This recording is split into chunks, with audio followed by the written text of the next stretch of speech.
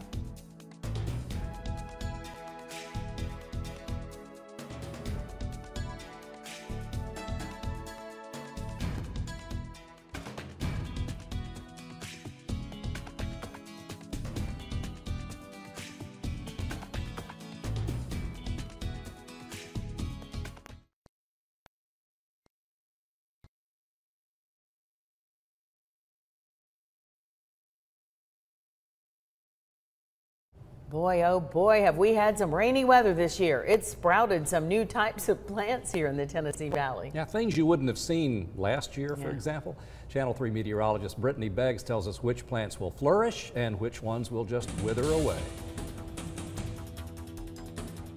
Over 3 inches of rain since the 1st of July and over 8 inches of rain above normal since January 1st has sprouted many plants. Some have worked out, others not so much. Plants generally have no way to store water unless they're like the barrel cactuses or cacti in the desert Southwest.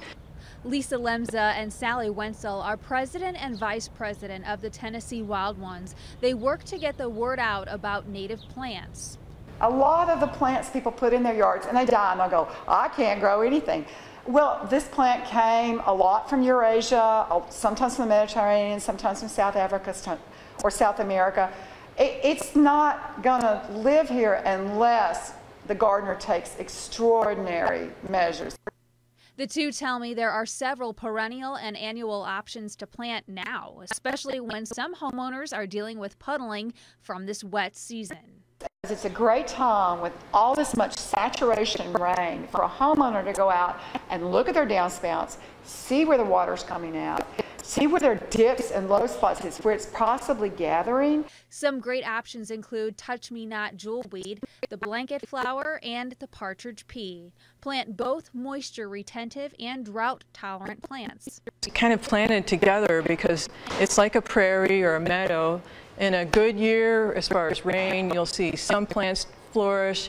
In a hard year, you'll see other plants flourish.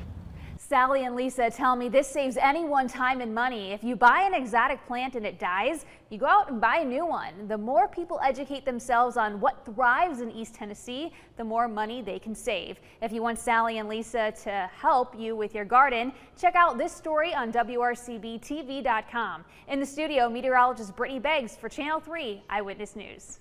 I like it. I think we need more experts to tell us what to do and plant. Definitely. Now we have another expert in the house, Chief Meteorologist Paul Barris. Paul's been watching those pop-up showers and storms. What's the latest, Paul? That's right. The heaviest are right now south of the city, but I want to show you where really heavy rain fell just west of Spring City all the way down to the ridge to about Dayton Mountain. 2.5 inches of rain just west of Spring City, and just west of Pikeville up to 3 inches of rain has fallen. And some really heavy rain moving out of northeast Alabama right just south of Trenton, up to an inch of rain in spots, to almost an inch of rain out in your Chickamauga and your Tunnel Hill. About 3/4 of an inch of rain has fallen so far. We're going to show you where the heaviest rain is over the over Tennessee. Not that much. There's a good cluster of storms that's going to be moving right towards Chickamauga, coming off Lookout Mountain, heading right towards that area. Rock Spring, watch out too. Trenton's getting some pretty good rain. Could have some gusty winds, some hail out of that. Small hail, probably pea-sized hail. The biggest thunderstorms along the Gulf Coast and off to the north, moving through the Indianapolis area again. They've already had 6 or 7 inches of rain in the past week or so they're getting a lot more up there. And some really heavy rain out into the big cities of New York, Philadelphia, all the way up to Boston. Currently it's 90 in the city and in Cleveland, and also in Dalton with 91 in Athens. Winds are out of the southwest at 6, 88 out in New Murphy, 86 Fort Payne, but it feels like 97 in Athens and 95 in Cleveland, Chattanooga, and also in Dalton. Our high today was 90 and 74. We've had almost 2/10 of an inch of rain at the airport. 90 in Dalton, 89 in Lafayette, 92 in Varnell. Chatsworth hit 94. Fort Mountain was 83, and that's the warmest they've been all year long. 90 out in Cleveland with 1/10 of an inch in Ottawa, 5/10 so far in East Ridge. 84 out near Lookout Mountain, 86 Signal Mountain, 91 in Trenton. We'll get an update on the rain out there in a little while. Dayton about 1/10 of an inch of rain so far today. Riceville 94, Athens also 94 with Murphy at 90, Jasper 92, Cagle Mountain and Colmont 86. Latest Vipercast again showing at 7 o'clock tomorrow morning all the rain off to the north, but by afternoon some more scattered showers and storms, and the cold front gets close, stalls out a little bit, and it's going to give us more rain, especially on Saturday. A real good chance for some heavier thunderstorms on Saturday. And it looks like drier weather will start to move in on Sunday according to Vipercast. And into Monday, it looks like it's generally a dry day too, but it's really going to warm up again. Right now, we're thinking about 3/4 of an inch of rain on average over the next 4 days or so. Tonight, 73, the showers and thunderstorms will be ending. It'll be a slow process. watch out in Walker County. You're going to see some pretty good thunderstorms over the next hour or so. Tomorrow, 91. It'll be hot and humid, scattered showers and thunder showers. Rebuilding, some of those could be strong. Then tomorrow night, 74, with any showers or storms ending. A real good chance coming up on Saturday. The showers will lessen on Sunday, and then on Monday, Tuesday, Wednesday, and Thursday, chance for rain slim, and really hot stuff building up again into the low 90s, near 93. High humidity, but we'll be used to that by the time this all ends in October. Or earlier. Or earlier, I'm just yes. kidding. Thank you, Paul. Yeah, well, it's right. half true, right? Yeah, that's about it. Yeah. Thank you. Next in sports, a local prep football team will play on national television. That's pretty exciting. And the highlights from the final day in Hoover at the SEC Media Days. We'll be right back with Paul Shaheen.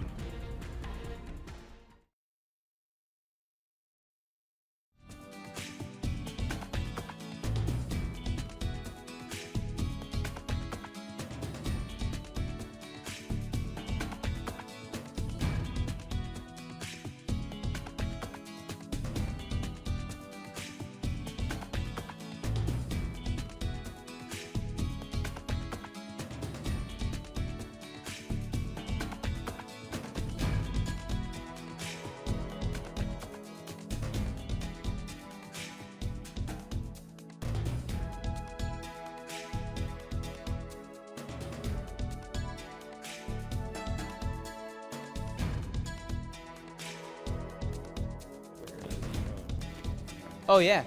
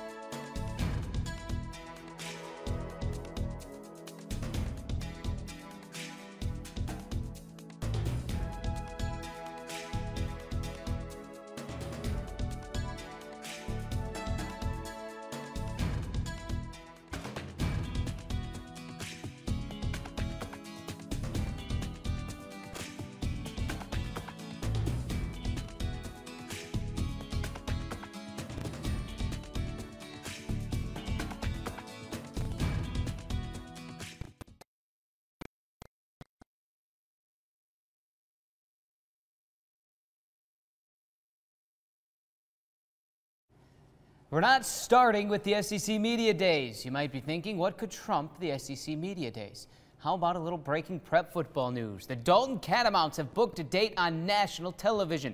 Dalton will play a region game against Harrison on ESPN2 Thursday night, October 19th.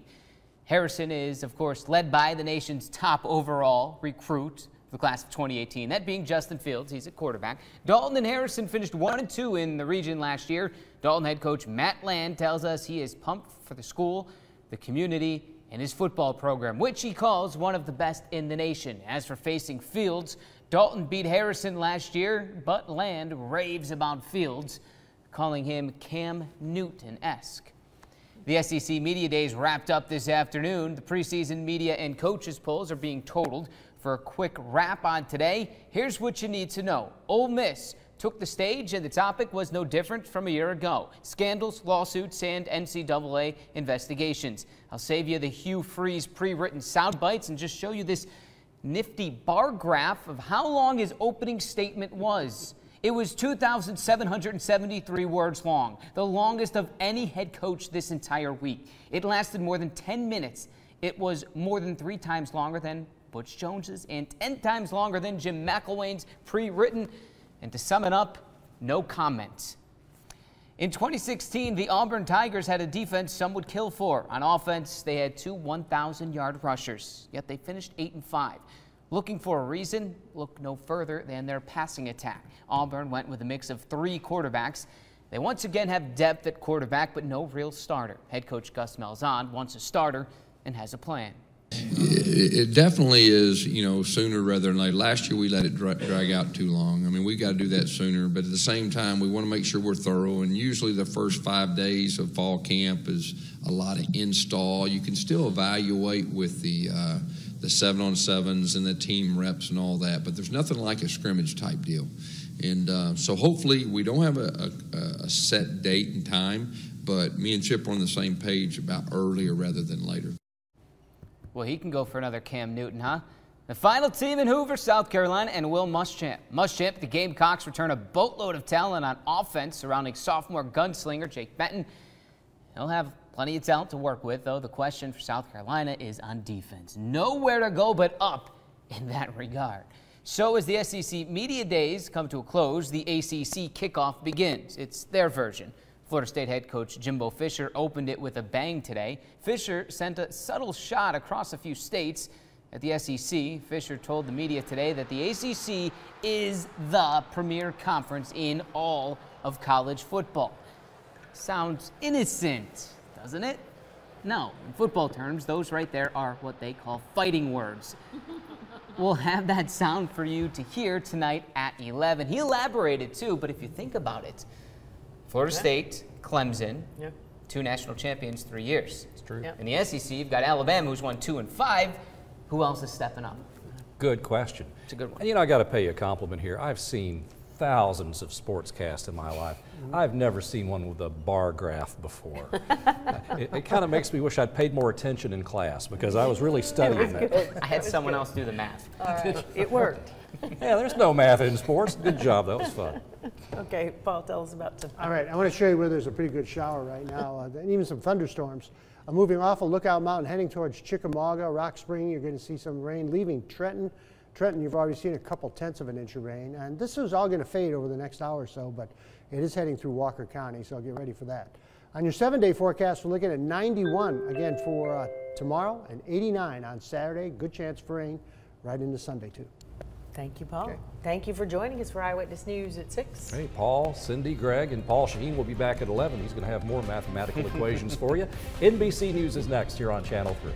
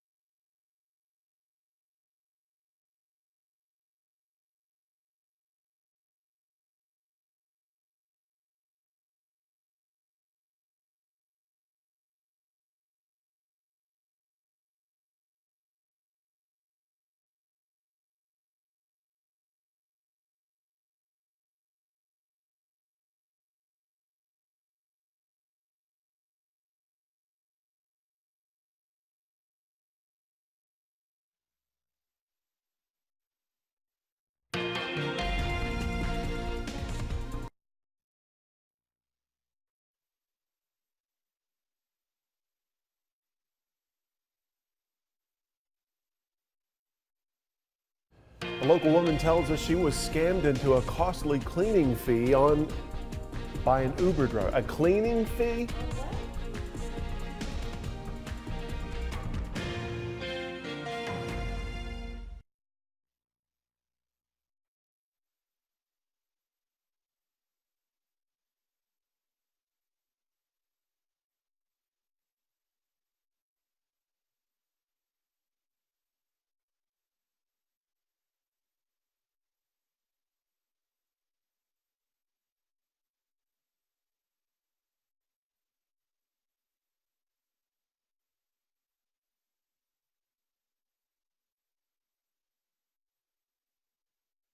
A local woman tells us she was scammed into a costly cleaning fee by an Uber driver. 3 on Your Side investigates, and rescuers pull a litter of puppies to safety after severe weather. Showers and storms.